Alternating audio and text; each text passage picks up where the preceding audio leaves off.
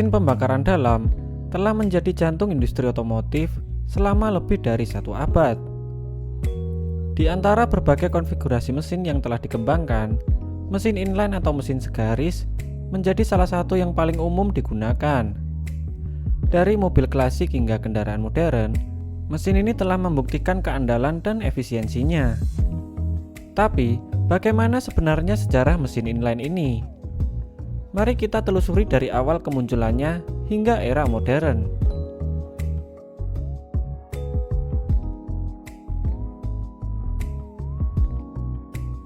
Sebelum mesin pembakaran dalam ditemukan, kendaraan digerakkan oleh mesin uap.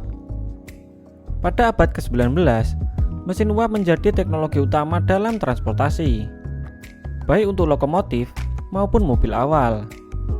Namun, mesin ini besar, berat, dan kurang efisien.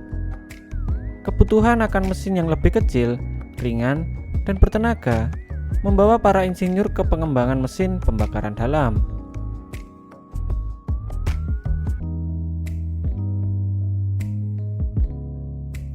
Pada pertengahan abad ke-19, konsep mesin pembakaran dalam mulai berkembang. Etienne Lenoir dari Prancis menciptakan mesin gas pertama pada tahun 1860, tetapi belum efisien. Baru pada tahun 1876, Nicolas Otto memperkenalkan mesin 4 tak yang menjadi dasar bagi pengembangan mesin modern, termasuk mesin inline.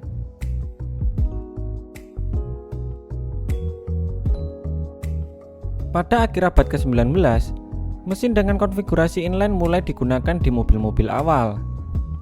Salah satu contoh paling awal adalah mesin inline 2 silinder yang digunakan oleh Karl Benz pada Benz Patent Motorwagen pada tahun 1886. Mesin ini masih sederhana dan berdaya rendah, tetapi menjadi langkah awal dalam evolusi teknologi otomotif.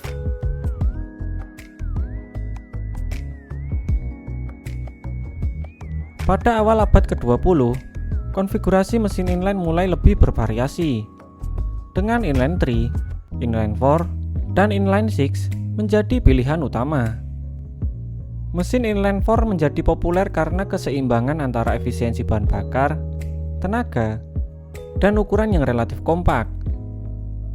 Ford Model T yang diproduksi pada tahun 1908 menggunakan mesin inline 4 yang menjadi mobil yang merevolusi industri otomotif dengan produksi massal.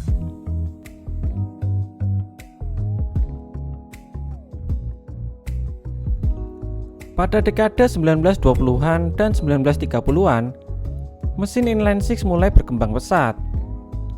Mobil mewah seperti Duesenberg Model J dan BMW 328 menggunakan mesin ini untuk menghasilkan tenaga lebih besar dengan pengoperasian yang lebih halus dibandingkan inline 4. Mesin inline 6 tetap populer di mobil-mobil premium dan kendaraan sport hingga era modern.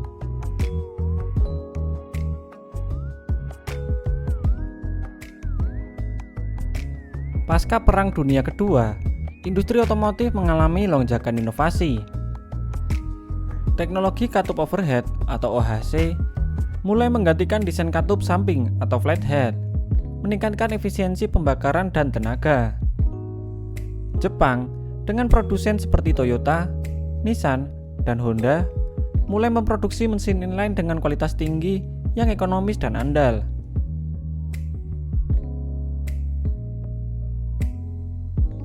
Pada tahun 1970-an dan 1980-an, kebutuhan akan efisiensi bahan bakar mendorong pengembangan mesin inline 3. Mesin ini sering digunakan pada mobil kecil, seperti Daihatsu Charette dan Suzuki Alto. Sementara itu, Audi mempopulerkan mesin inline 5 dengan kombinasi tenaga yang lebih besar dari inline 4, tetapi tetap lebih kompak dibandingkan inline 6.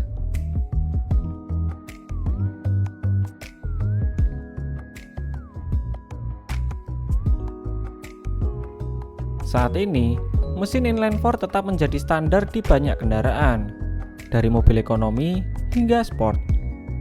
Teknologi seperti turbocharge, direct injection, dan variable valve timing semakin meningkatkan performa dan efisiensi.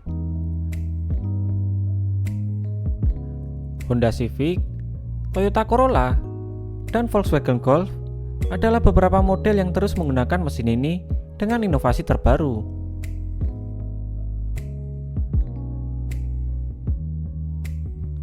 Walaupun sempat tergeser oleh mesin V6, konfigurasi inline-six kembali mendapat perhatian dalam beberapa tahun terakhir.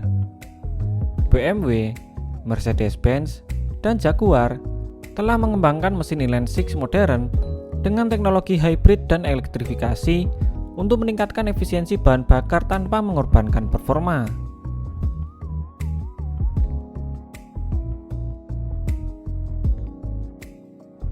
Dengan tren elektrifikasi yang semakin kuat, masa depan mesin inline kemungkinan akan bergeser ke sistem hybrid atau bahkan sepenuhnya listrik. Namun, selama masih ada kebutuhan akan mesin pembakaran dalam yang efisien dan andal, konfigurasi inline tetap menjadi pilihan yang relevan dalam industri otomotif. Dari awal yang sederhana di akhir abad ke-19 hingga inovasi canggih di era modern, mesin inline telah berkembang pesat. Konfigurasi yang efisien, reliable, dan fleksibel menjadikannya pilihan utama di berbagai segmen otomotif. Meski era elektrifikasi semakin dekat, sejarah panjang mesin inline menunjukkan bahwa teknologi ini masih memiliki tempat penting dalam dunia otomotif. Masa depan mungkin akan berubah, tetapi warisan mesin inline tetap abadi. Bagaimana menurut kalian? Semoga video ini bisa menambah wawasan buat kalian. Like video ini jika kalian suka, dan subscribe channel ini agar kalian tidak ketinggalan tentang pembahasan otomotif selanjutnya. Gua Ijat pamit undur diri. See you in the next episode.